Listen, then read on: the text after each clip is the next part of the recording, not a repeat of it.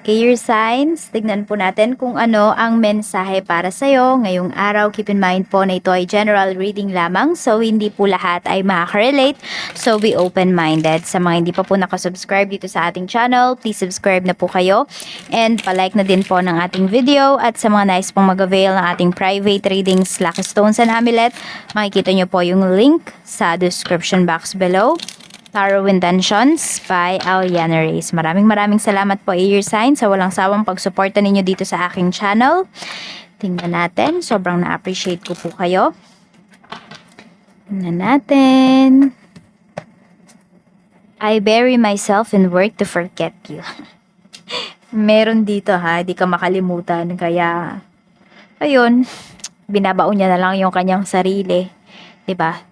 Ang pinagtutuunan niya na lang ay trabaho. Siguro sinayang nung taong to yung yung connection ninyo. Ayan we need to let each other go. Could be a friend, could be a lover. Sometimes I stay awake thinking about you. Iniisip-isip ka pa rin nito. Pero mukhang wala na kasi tong lakas ng loob.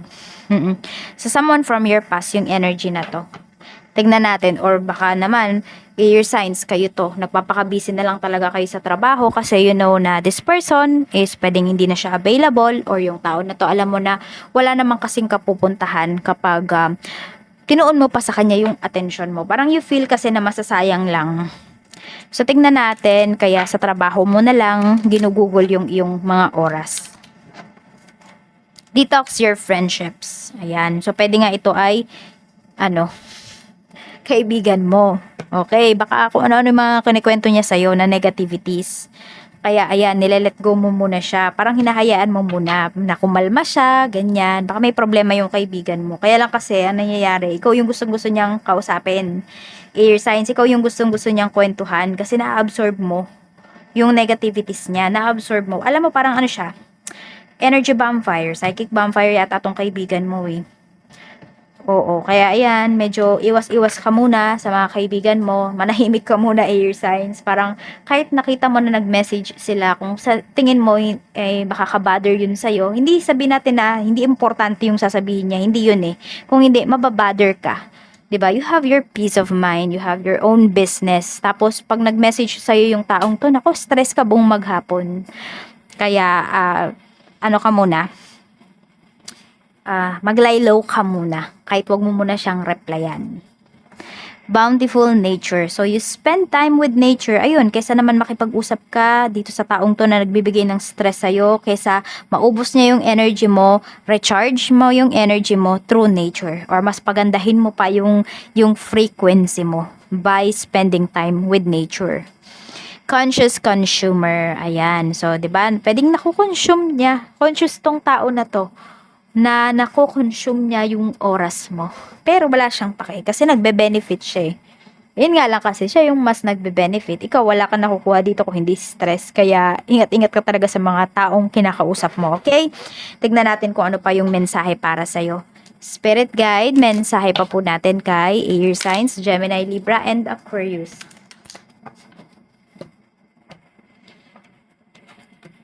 Meron tayo ditong a blessing for healing of injury or illness. Medyo may problem nga yung tao na to. Ay, ito naman air signs ha. Kung kakagaling nyo lang po sa sakit, ayan, totally makaka-recover na po kayo dito. Hindi ko alam kung merong ditong kinabag. Ewan ko, biglang yun yung na-feel ko kasi. We have number 42, a blessing for the right words. Okay? So, hindi ko alam, nakakabalis ba kayo? Naniniwala ba kayo doon, air signs? Ay, siguro nga iba sa inyo, baka may kabag dito. Hindi ko alam kung kinabag yata kayo, ganyan. Kaya, ingat talaga kayo sa mga nakakausap po ninyo. Parang nai-evil eye kasi kayo. A blessing on a battle that cannot be avoided. Ayun, yung iba naman sa inyo, di nyo talaga kayang tiisin yung tao na to. Siguro, you just wear some protection. Ayan, or pagkatas nyo kausapin yung taong to, mag saltwater bath kayo. 42, 26, and 29, yan po yung iyong lucky number. At ang lucky color mo dito ay violet.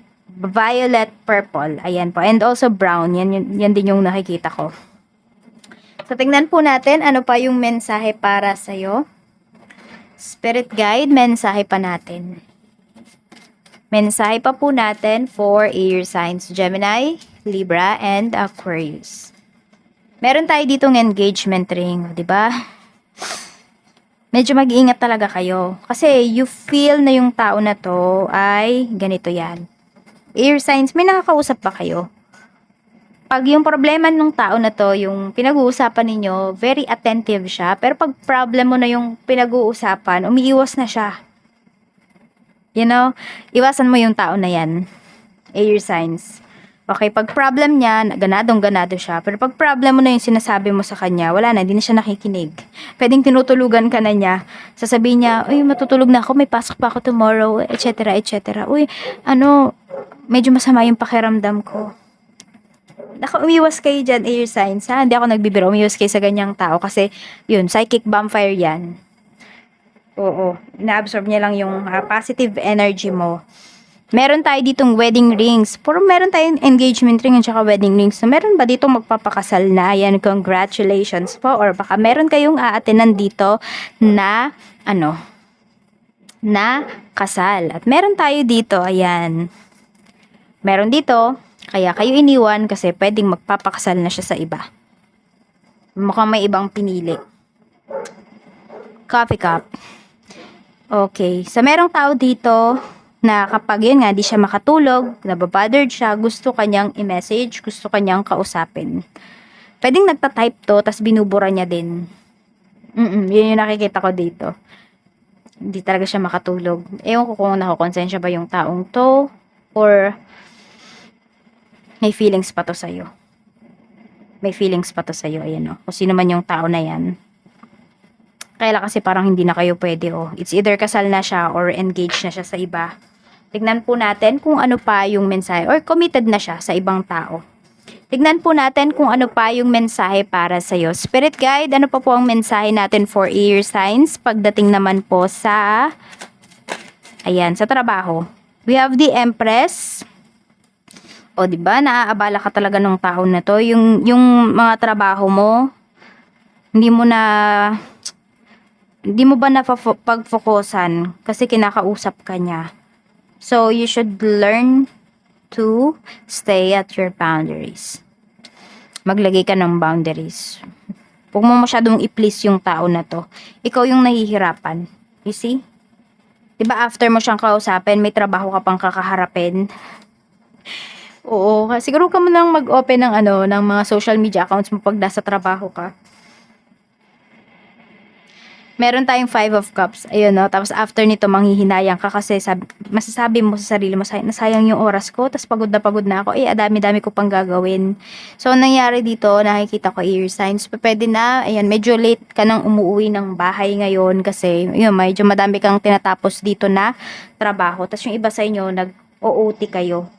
Not because sobrang sipag ninyo. Yung iba po sa inyo kasi parang, ayun, yun nga, medyo nasayang yung oras ninyo, nung oras talaga ng trabaho. Tapos yun, wala kayong choice, mag-OT na lang kayo kaysa sa bahay nyo padalhin yung trabaho po ninyo. Parang you feel na napaka-unhealthy nun. Tignan natin pagdating naman po sa kaperahan. We have temperance. Meron tayo ditong 2 of wands. Okay. So, pagdating sa pera, merong mga, yun nga, may mga plano, may mga pagbabudget dito na hindi umuubra, air signs. So, it's either need nyo pang maghigpit lalo ng sinturon, or yung iba naman po sa inyo, baka kailangan ninyo ng other source of income, or baka meron na dito sa family ninyo na need ng magtrabaho. Yun kasi yung pinapakita dito. Oo, meron naman dito kung merong nangutang po sa inyo, parang lagi siyang umiiwas sa inyo. Laging playing safe yung mga sagot niya kapag kunwari sinisingil mo na siya, or kung merong tao dito sa bahay na pinagtatrabaho mo na, air signs, kasi para may makatulong ka, laging playing safe yung niya, yung sagot niya. Okay, sige, maghanap na ako, nag-apply na nga ako, ganito, ganyan, pero ilang buwan na pwedeng wala pa rin. Tignan natin. Ano pa yung mensahe pagdating naman sa negosyo? Sa negosyo naman po, Spirit Guide, we have 5 of Swords. Medyo mag-ingat kayo dito pagdating sa negosyo. Ayan, siguro ito, kayo to, air signs, nag-iisip kayo kung ano ba yung gagawin ninyo pagdating sa business, ano ba yung strategy na gagawin.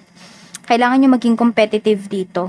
Okay, medyo mag-ingat din po kayo kasi pwede na mayroon dito. Hindi ko alam kung may bumali sa inyo na staffs, if you have staffs, no, kung medyo malaki na yung business ninyo. or kaya nyo nang magpasweldo. Pwedeng merong nag-advance dito sa inyo, tapos parang hindi na yata siya pumasok, ganyan, parang niloko lang kayo, air signs. Or tignan mo ha, kasi baka mamaya may nangungupit din sa'yo dito pagdating sa business. So, you are unaware. Or kaya naman aware ka pero hindi mo kasi, parang hindi mo siya hinaharap. Kasi, hindi ko alam po, ikaw pa ba yung nahiya dito sa staff mo na to? We have the moon. May, air signs. Mag-focus ka dito sa business mo. Merong nanluloko sa'yo dito. Malalaman mo kung sino yan.